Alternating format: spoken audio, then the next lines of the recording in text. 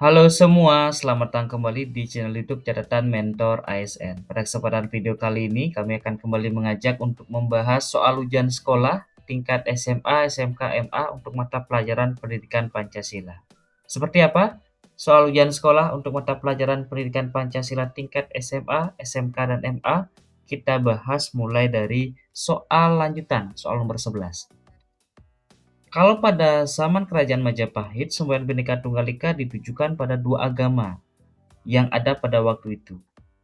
Pada saat sekarang ini, semboyan Bhinneka Tunggal Ika dimasukkan karena Indonesia, apakah opsi yang A, B, C, D, ataukah opsi yang E?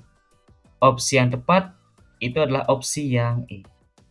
Karena beragamnya agama, kepercayaan, ideologi politik, etnis, bahasa daerah, budaya, tradisi, itu ya. Jadi semboyan Bhinneka Tunggal Ika berasal dari kitab Sutasoma karya dari Empu Tantular. Pada masa Kerajaan Majapahit, awalnya menekankan toleransi antara agama Hindu dan agama Buddha. Tapi dalam konteks Indonesia sekarang, semboyan ini memiliki makna yang lebih luas, yaitu persatuan dalam keberagaman yang mencakup agama, kepercayaan, suku, bahasa, budaya, termasuk ideologi politik. Sekali lagi, opsi yang tepat opsi yang E. Soal nomor 12.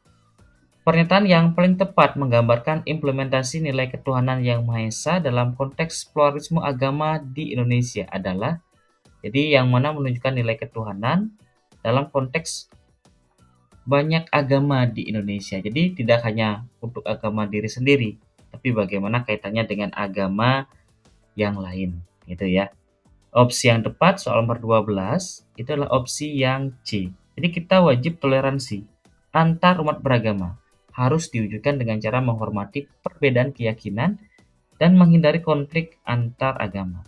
Jadi sila pertama Pancasila, dalam hal inilah ketuhanan yang Maha Esa, tidak hanya menegaskan kepercayaan pada Tuhan, tapi juga menuntut sikap saling menghormati antar peluk agama dalam masyarakat yang beragam atau masyarakat yang majemuk. Dalam konteks pluralisme agama atau beragam agama di Indonesia, implementasi yang paling tepat adalah membangun toleransi yang aktif, yaitu menghargai perbedaan, menjaga kerukunan agar tidak terjadi konflik. Sekali lagi, opsi yang tepat opsi yang soal nomor 13, yang bukan merupakan faktor penghambat integrasi nasional, yaitu sekali lagi, yang bukan. Kemudian menghambat persatuan atau integrasi nasional. Apakah opsi yang A, B, C, D, ataukah opsi yang E? Opsi yang tepat itu adalah opsi yang C. Harus kuat menanamkan nilai-nilai budaya bangsa untuk menjaga persatuan. Ini bukan menghambat, tapi memperlancar, mempercepat persatuan. Akibat kuatnya pengaruh budaya asing yang tidak sesuai dengan kepribadian bangsa dengan menjaga budaya bangsa tetap bersatu, baik melewati kontak langsung maupun kontak tidak langsung. Jadi opsi yang C. Karena soal yang menanyakan bukan faktor penghambat, jadi wilayah yang luas dan terpisah dapat menghambat integrasi di opsi yang A. Berikutnya terkait dengan ketimpangan pembangunan, termasuk juga memicu gerakan perpecahan, termasuk etnosentrisme, jelas menghambat persatuan. Dan masyarakat heterogen ini juga berpotensi menjadi tantangan integrasi bila tidak dikelola dengan baik. Opsi yang C. Berikutnya soal nomor 14. Dalam rapat Panitia Persiapan Kemerdekaan Indonesia atau PPKI sehari setelah Hari Merdeka tanggal 18 Agustus tahun 1945, mereka bersepakat mengubah rumusan sila pertama Pancasila ketika akan disepakati masuk dalam pembukaan Undang-Undang Dasar. Dari semula ketuhanan dengan kewajiban menjalankan syariat Islam bagi pemeluk-pemeluknya yang telah disepakati dalam Piagam Jakarta ya atau Jakarta Charter, diubah menjadi ketuhanan yang Maha Esa dengan alasan apakah opsi yang A, B, C, D, ataukah opsi yang E. Terkait dengan alasan itu, opsi yang tepat adalah sila 3 persatuan, opsi yang B. Pentingnya menjaga kemajemukan demi persatuan Indonesia. Jadi pada sidang Panitia Persiapan Kemerdekaan Indonesia sehari setelah merdeka, perubahan dilakukan untuk menjaga persatuan nasional. Karena Indonesia terdiri dari berbagai agama dan kepercayaan. Khususnya adanya keberatan dari wilayah Indonesia bagian timur ketika itu.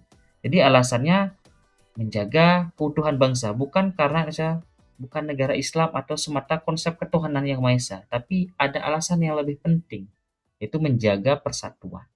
Opsi yang B. Soal nomor 15. Dalam era globalisasi, budaya asing semakin mendominasi Indonesia, sehingga generasi muda lebih menyukai budaya luar. Penting untuk mengenalkan dan melestarikan budaya Indonesia. Berikut alasan mengapa budaya Indonesia perlu diperkenalkan pada generasi muda. Apakah opsi yang A, B, C, D, atau opsi yang E? Opsi yang tepat itu adalah opsi yang E. Jadi penting diperkenalkan kepada generasi muda untuk menumbuhkan semangat generasi muda untuk menjaga kebudayaan nasional. Jadi pengenalan budaya Indonesia kepada generasi muda ini bertujuan membangun kesadaran dan rasa memiliki terhadap kebudayaan nasional. Dengan adanya semangat tersebut, generasi muda akan terdorong untuk melestarikan, mengembangkan, mempertahankan budaya bangsa di tengah arus globalisasi. Opsi yang E. Soal nomor 16. Begitu banyaknya agama seperti Islam, Kristen, Katolik, Hindu, Buddha, dan Konghucu, kita juga mengenal agama-agama lokal atau kepercayaan-kepercayaan di masyarakat yang sudah ada jauh sebelum Indonesia merdeka. Seperti Parmalim, Sunda Wiwitan, Kaharingan, Marapu, dan lain sebagainya. Sikap yang harus kita kembangkan dalam menghadapi situasi ini adalah opsi yang A, B, C, D, atau opsi yang E. Opsi yang tepat itu adalah opsi yang D. Kita wajib tetap saling menjaga dan menghormati, bertoleransi dan saling menghormati. Jadi, keragaman agama di Indonesia, baik agama besar maupun kepercayaan lokal, merupakan kenyataan sosial yang harus disikapi dengan bijak. Sikap yang sesuai dengan nilai Pancasila, khususnya sila pertama ketuhanan yang Maha Esa, adalah mengembangkan sikap toleransi dan saling menghormati antar pemeluk agama. Opsi yang D.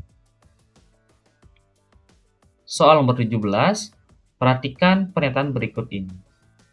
Yang menjadi pertanyaan adalah yang merupakan implementasi dari sila kedua Pancasila adalah, kita coba analisis mulai dari yang pertama, mengutamakan penghormatan terhadap martabat manusia tanpa memandang perbedaan sosial. Iya, ini sila kedua. Kemudian berusaha mewujudkan kesejahteraan sosial dengan memberikan akses yang setara bagi seluruh warga negara. Kesejahteraan sosial. Ini sila kelima, ya. Berikutnya yang ketiga, menghormati dan menjunjung tinggi persamaan derajat antara pria dan wanita dalam semua aspek kehidupan, ya, sila kedua. Memberikan keputusan yang adil dengan memperhitungkan keuntungan semua pihak. Ini berkaitan dengan keputusan yang adil. Ini lebih kepada sila keempat, ya. Keputusan, termasuk juga sila kelima juga bisa. Sila keempat, sila kelima. Dan yang terakhir, terlibat dalam misi kemanusiaan internasional untuk membantu korban bencana. Ya, ini kemanusiaan.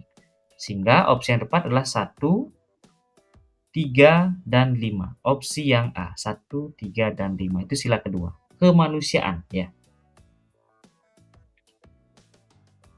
Soal nomor 18. Sebelum Indonesia merdeka, pada tanggal 17 Agustus tahun 1945, sebenarnya sudah ada usaha menyatukan keberagaman yang ada agar dapat mengusir penjajah. Ternyata berhasil. Upaya yang dimaksud adalah ini sebelum Indonesia merdeka. Apakah opsi yang A, B, C, D, atau opsi yang E? Yang mengutamakan persatuan. Itulah opsi yang A. Di peristiwa Sumpah Pemuda merupakan tonggak penting dalam menyatukan keberagaman suku, bahasa, dan daerah di Indonesia. Jadi melalui ikrar bertumpah darah satu, berbangsa satu, dan berbahasa satu, atau bahasa persatuan, bahasa Indonesia, para pemuda ini berhasil menegaskan persatuan nasional sebagai kekuatan utama untuk melawan penjajahan. Sekali lagi, opsi yang tepat opsi yang A. Soal nomor 19. Pada kenyataannya, saat ini masih terjadi pengingkaran terhadap kewajiban warga negara. Dengan kata lain, banyak yang tidak melaksanakan kewajibannya sebagaimana yang telah ditetapkan oleh undang-undang. Contoh pengingkaran kewajiban warga negara adalah tidak melaksanakan kewajiban. Apakah opsi yang A, B, C, D, atau opsi yang E? Jadi pengingkaran tidak melaksanakan kewajiban dalam lingkungan bernegara. Jadi yang melanggar aturan, gitu ya.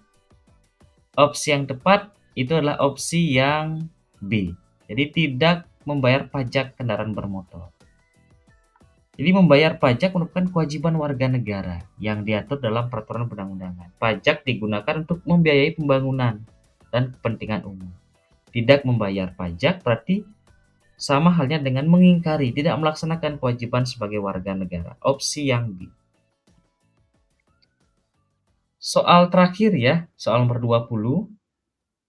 Bangsa Indonesia tumbuh dan berkembang dari suatu proses sejarah, yaitu sejarah zaman prasejarah, zaman Sriwijaya, zaman Majapahit terkait dengan kerajaan, kemudian datang penjajah, tercetus Sumpah Pemuda 1928, dan akhirnya memproklamasikan kemerdekaan sebagai bangsa yang merdeka pada tanggal 17 Agustus tahun 1945. Dalam suatu wilayah negara Republik Indonesia yang terdiri dari ribuan pulau kecil dan ribuan pulau besar, kesatuan sejarah ini sangat erat hubungannya dengan Pancasila. Jadi kesatuan sejarah sesuai dengan Pancasila, khususnya sila keberapa? Apakah opsi yang A, B, C, D, ataukah opsi yang E? Opsi yang tepat, opsi yang C. Persatuan Indonesia, sila ketiga. Jadi dalam uraian narasi soal nomor 20 menekankan proses sejarah panjang bangsa Indonesia yang akhirnya bersatu dan memproklamasikan kemerdekaan dalam satu wilayah negara yang utuh. Hal ini berkaitan erat dengan sila ketiga Pancasila, Persatuan Indonesia, yang menegaskan bahwa meskipun bangsa Indonesia terdiri dari ribuan pulau, beragam suku, budaya, dan latar belakang sejarah, semuanya dipersatukan dalam satu bangsa dan satu negara. Opsi yang C. Baik, itu tadi pembahasan soal ujian sekolah pendidikan Pancasila tingkat SMA, SMK, dan MA. Tetap dukung channel YouTube ini agar terus berkembang dengan cara klik tombol subscribe, aktifkan juga notifikasi loncengnya. Jangan juga lupakan like, kemudian share sehingga banyak yang mendapatkan manfaat dari video yang kami bagikan. Tetap semangat belajar, semangat menghadapi ujian sekolah, semoga diberikan kelancaran dan nilai yang maksimal. Sampai berjumpa di video kami berikutnya. Terima kasih.